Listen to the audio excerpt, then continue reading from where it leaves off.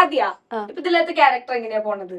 Heroine ആയിട്ടാണ് ചെയ്യണത്. അതിന്റെ ഒരു എക്സൈറ്റ്മെന്റ് ഒക്കെ എങ്ങനെയുണ്ട്? ഭയങ്കര എക്സൈറ്റഡ് ആണ്. സോ നല്ലൊരു മൂവി, നല്ലൊരു ക്യാരക്ടർ ചെയ്യാൻ പറ്റുന്നു. എന്താ ക്യാരക്ടർ എങ്ങനെയാ? എന്റെ ക്യാരക്ടർ എന്ന് പറയുന്നത് അത്യാവശ്യം നല്ല ബോൾഡ് ആയിട്ടുള്ള ഭയങ്കര എന്താ പറയാ മോഡേൺ ആയിട്ടുള്ളൊരു പെൺകുട്ടിയാണ്. എന്റെ റിയൽ ക്യാരക്ടർ അത്രയും ബോൾഡ് ആണോ എന്ന് ചോദിച്ചാൽ അല്ല, പക്ഷെ ക്യാരക്ടർ അത്രയും നല്ല ബോൾഡ് ആയിട്ടുള്ളൊരു ക്യാരക്ടറാണ്. ഒരുപാട് ലേയേഴ്സ് ഉള്ള ഒരു ക്യാരക്ടർ. ചിലപ്പോൾ ആദ്യം കാണുന്ന പോലെ ആയിരിക്കില്ല, ടുവേർഡ്സ് ദി എൻഡ് വരുമ്പോൾ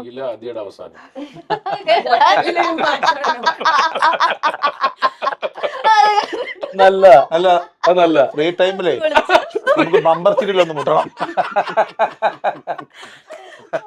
സത്യം നല്ല കൗണ്ടറായിരുന്നു. അതെ,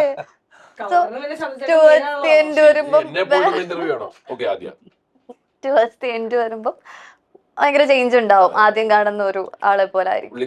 ക്യാരക്ടറിന് വളരെ ഇമ്പോർട്ടൻസ് ഉണ്ട് ആ ട്രാക്ക് പോകുന്ന ഇതിന് അല്ലേ? ചുറ്റിപ്പറ്റി അത് പോകുന്നതും. അതെ വെറുതെ ഒരു ഹീറോയിൻ അല്ല കേട്ടോ. നമ്മളൊരു സിനിമയുടെ ഒരു അലങ്കാരത്തിന് സൈഡിൽ കൊണ്ട് നിർത്തുന്ന പോലത്തെ ഹീറോയിൻ അല്ല. ഭയങ്കര സുന്ദരിയാട്ടാ. എല്ലാരും പറയുന്നു, നമുക്കത് ഫീൽ ചെയ്തില്ലേ സെറ്റ് വന്നിട്ട് കോംപ്ലിമെന്റ് പറഞ്ഞില്ല, പറയണമായിരുന്നു. പക്ഷെ ഭയങ്കര എനിക്ക് ഫസ്റ്റ് കണ്ടപ്പോഴേ ഞാൻ അങ്ങനെ നോക്കിയപ്പോഴേ ഫ്രണ്ടിന് ക്രഷ്. ഓ ഇതുപോലെ ജനങ്ങൾക്കും അല്ല ഇതുപോലെ ക്രഷ് ജോർജ് അല്ല, ജോർജ് മാറ്റി ബിബിൻ ക്രഷായി. അല്ല ഇതുപോലെ ജനങ്ങൾക്കും ഇഷ്ടപ്പെട്ട ഭയങ്കര സന്തോഷം. സിനിമ ഇറങ്ങുമ്പോ എന്തോരം ക്രഷുകളായിരിക്കും അറിയോ? ഫാൻ പേജസും അല്ലെ, ഒരാൾ ഇഷ്ടപ്പെടുന്ന പറയുന്നത് തന്നെ എല്ലാവർക്കും ഇഷ്ടമുള്ള കാര്യമാണ്. ഭയങ്കര സന്തോഷമുള്ള കാര്യം അല്ലെ. അപ്പൊ ഇതുപോലെ തന്നെ ബിബിൻ ചേട്ടാ ക്യാരക്ടർ എങ്ങനെയാ? നന്ദു എന്നാണ് ഈ ക്യാരക്ടറിന്റെ പേര്. ഒരു നിഷ്കളങ്കനായിട്ടുള്ള ഒരു നല്ല ഒരു ചെറുപ്പക്കാരനാണ്. അപ്പൊ എന്താണ് സംഭവം എന്ന് വെച്ചാൽ ഈ പടത്തിന്റെ ഒരു മെയിൻ കണ്ടന്റ് എന്ന് പറയുന്നത് ശുക്രൻ എന്ന് പറയുന്ന ഒരു ജ്യോത്സ്യമായിട്ടൊക്കെ ബന്ധപ്പെട്ട ഒരു പരിപാടിയാണല്ലോ. അപ്പൊ ചിലർക്ക് ലക്ക് ഉള്ളവരുണ്ടാവാം, ചിലർക്ക് ലക്ക് ഇല്ലാത്തവരുണ്ടാവാം.